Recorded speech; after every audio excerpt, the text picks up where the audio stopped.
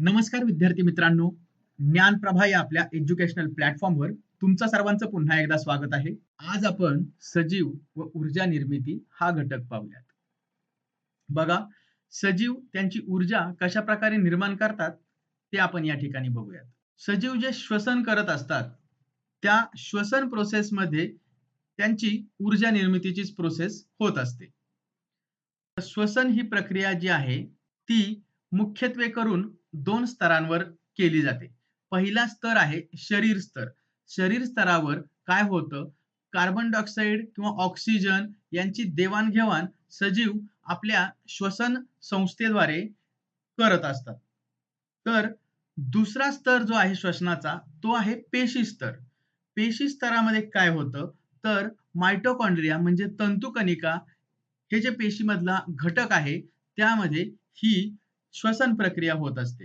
आपण जे अन्नपदार्थ खातो त्यामधील मुख्यत्वे करून कार्बोदकांचा उपयोग एनर्जी प्रोडक्शनसाठी केला जातो.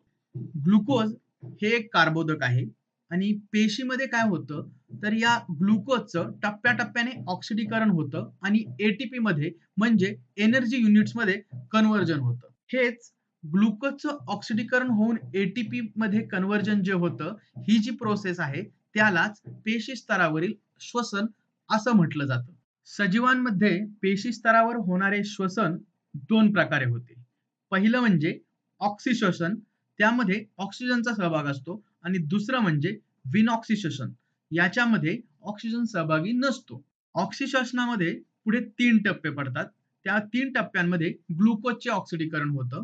ते 3 टप्पे म्हणजे पहिला टप्पा आहे ग्लुकोज विघटन म्हणजे ग्लायकोलिसिस, दुसरा टप्पा आहे ट्रायकार्बोक्सिलिक आम्लचक्र म्हणजे क्रेब्स सायकल आणि तिसरा टप्पा आहे इलेक्ट्रॉन वहन साखळी अभिक्रिया म्हणजे इलेक्ट्रॉन ट्रान्सपोर्ट चेन. या 3 टप्प्यांचा ऑक्सिश्वसन या प्रोसेसमध्ये सहभाग असतो. ऑक्सिश्वसनाच्या 3 टप्प्यांमधील पहिली प्रोसेस आहे ग्लुकोज विघटन म्हणजे ग्लायकोलिसिस. ग्लायकोलिसिस हे कुठे घडतं, तर ते पेशी द्रव्यात म्हणजे सायटोप्लाझम मध्ये घडतं. ठीक आहे.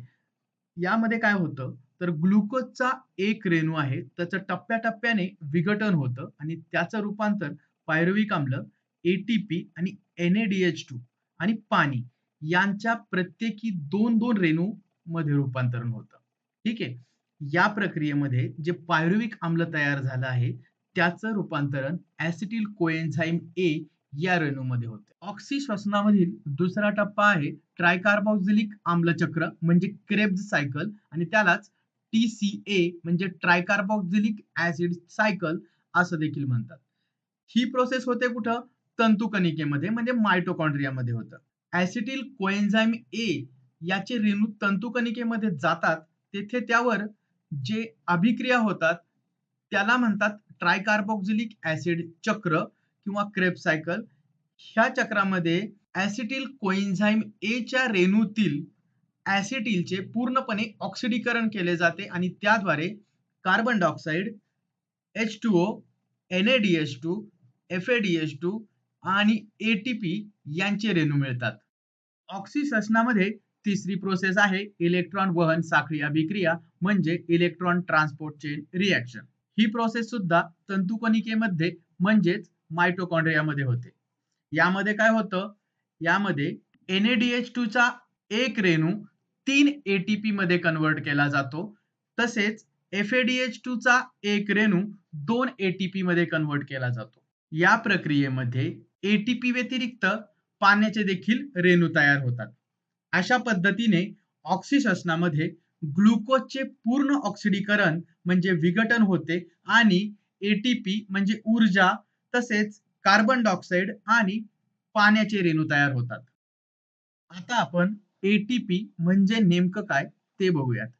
ATP चा लॉंग फॉर्म आहे ऍडिनोसिन ट्रायफॉस्फेट. रासायनिक दृष्ट्या ATP हा ऍडिनोसिन रायबोन्यूक्लियोसाइड पासून तयार झालेला ट्रायफॉस्फेटचा रेणू आहे. त्याच्यामध्ये ऍडिनिन हा नत्रयुक्त रेणू आहे, रायबोज ही पेंटोज शुगर आहे आणि 3 फॉस्फेटचे रेणू आहेत, म्हणून त्याला ऍडिनोसिन ट्रायफॉस्फेट असं म्हणतात. ऊर्जेच्या आवश्यकतेनुसार ATP मधील फॉस्फेटच्या रेणूमधील बंध तोडून ऊर्जा मिळवली जाते.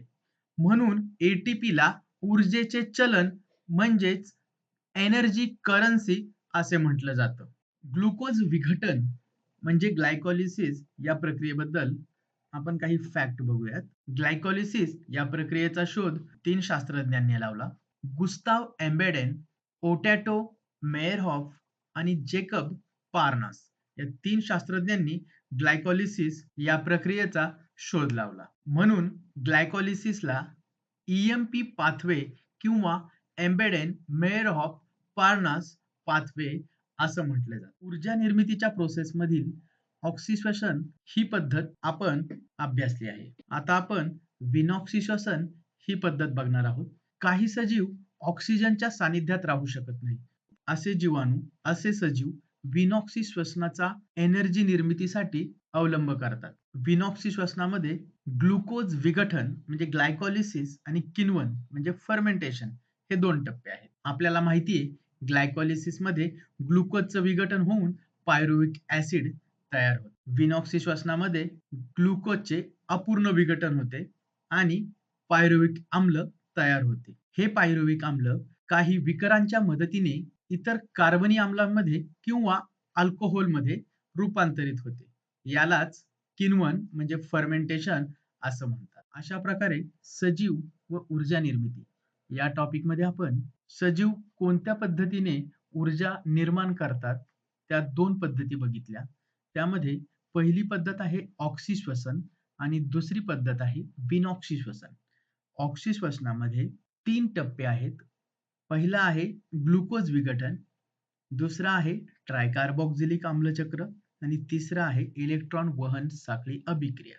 तर विनॉक्सिश्वसन यामध्ये ग्लायकोलिसिस आणि फर्मेंटेशन म्हणजे किण्वन या 2 प्रक्रियांचा अंतर्भाव होतो. व्हिडिओ पाहिल्याबद्दल धन्यवाद मित्रांनो. व्हिडिओ आवडला असेल तर लाईक करा आणि आमचं चॅनेल सबस्क्राईब करा. धन्यवाद मित्रांनो.